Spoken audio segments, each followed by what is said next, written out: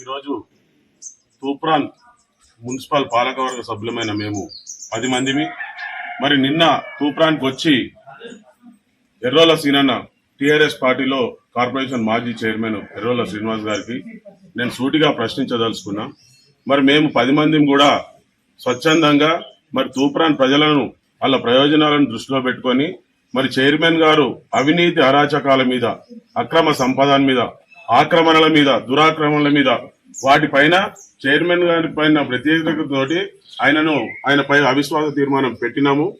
మరి దళితులను భయభ్రాంతులకు చేస్తున్నారని ఎర్రోల సీనన్న అన్నాడు. ముమ్మాటికి తప్పు.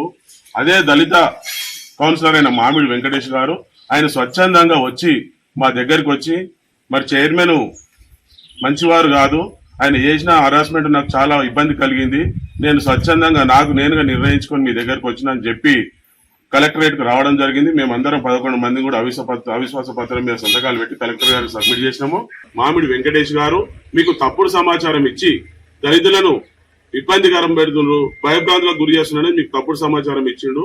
ఆయన భయభ్రాంతులకు గురి చేసింది, బాధ పెట్టింది మమ్మల్ని మోసం చేసిండు. మేము ఎప్పుడు కూడా కుల మతాలు అనేది తూకాలు లేవు. మేమందరం కూడా సమాజ నిర్మాణం కోసమే మేము కౌన్సిలర్ కూడా మేము పాటుపడి ఉన్నాము, కట్టుబడి ఉన్నాము. ఆయనను హక్కున చేర్చుకున్నాము, ఎప్పుడు కూడా తక్కువ చేసి చూడలేదు. మీకు అది తెలియదేమో ఎర్రోల సీనన్న, మీరు తెలుసుకొని మాట్లాడండి. మీరు తూప్రాన్లో ప్రెస్ మీట్ పెడితే మెదక్ వైస్ చైర్మన్ తీసుకొచ్చారు మల్లికార్జున్ గౌడ్ని, గజ్జల్ జడ్పీటీసీ పంగ మల్లేశం గారిని తీసుకొచ్చారు, ఎమ్మెల్సీ యాదవరెడ్డి గారు. మరి తూప్రాన్లో బీఆర్ఎస్ పార్టీ లేదా? Toopran BRS party town president Satish Chari గారు లేరా? ఫౌండర్ మన్నె శ్రీనివాస్ గారు లేరా? యూత్ ప్రెసిడెంట్ శ్రీకాంత్ చారి గారు లేరా?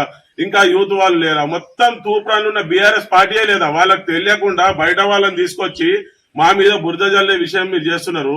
మరి 10 సార్లు హరీషన్న, మాజీ మంత్రి హరీషన్న ఇంటికి వెళ్లి మేమందరం కలిసిపోయి చెప్తే కూడా ఆయన క్లియర్ గా ముత్యం రెడ్డి గారికి, పద్మా దేవేందర్ రెడ్డి గారికి చెప్పి తూప్రాన్ వీడిని నమ్మి అప్పచెప్తే నాశనం చేసిండు, సర్వనాశనం చేసిండు. కాలు సెప్టిక్ అయింది, కొట్టేయాలి, వాడిని తీసేయాలి.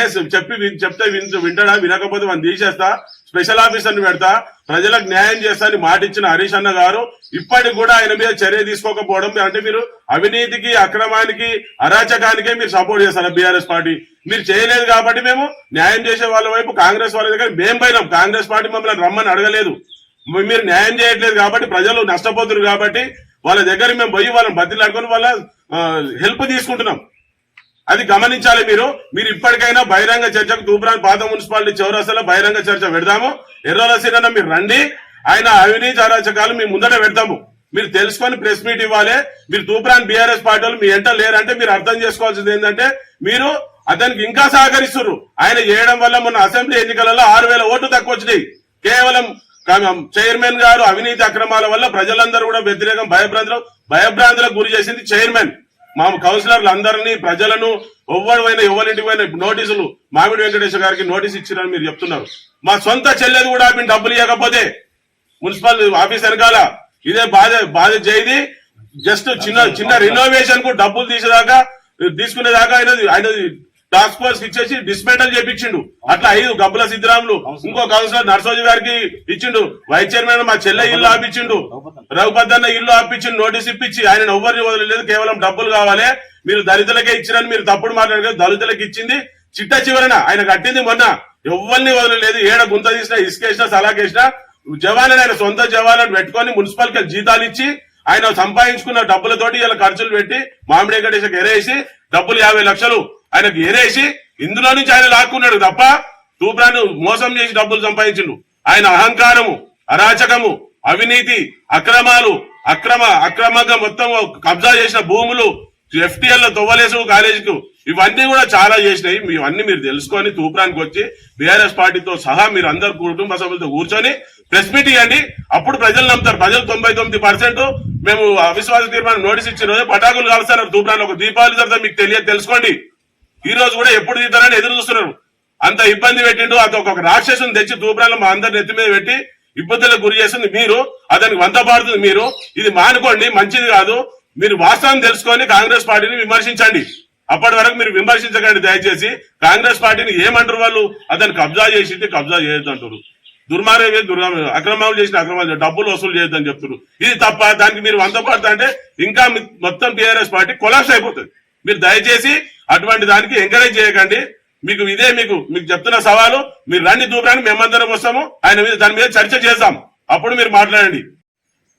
ఈరోజు తూప్రాన్ మున్సిపల్ పరిధిలో చైర్మన్ పై అవిశ్వాసం పెట్టిన సందర్భంగా నిన్న టీఆర్ఎస్ పార్టీ అధిష్టానం పంపించినటువంటి దూతలు వచ్చి